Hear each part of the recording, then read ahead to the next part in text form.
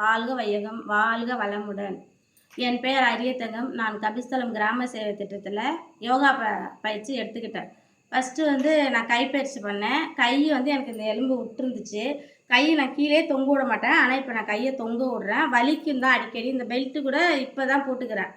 வீட்டுக்கு போனாலும் நான் பெல்ட்டு போடுறதில்ல. எப்போதுமே பெல்ட்டு போட்டிருப்பேன். இப்போலாம் ரொம்ப பெல்ட்டு போடுறதில்ல. அது மாதிரி எனக்கு கண்ணாடி போட்டிருந்தேன். கண் பயிற்சி பண்ணதுனால இப்போ கண்ணு கொஞ்சம் பரவாயில்ல. கண்ணாடியும் தவிர்த்துட்டேன். அதுமாரி இந்த காலை எனக்கு வலிக்கும்.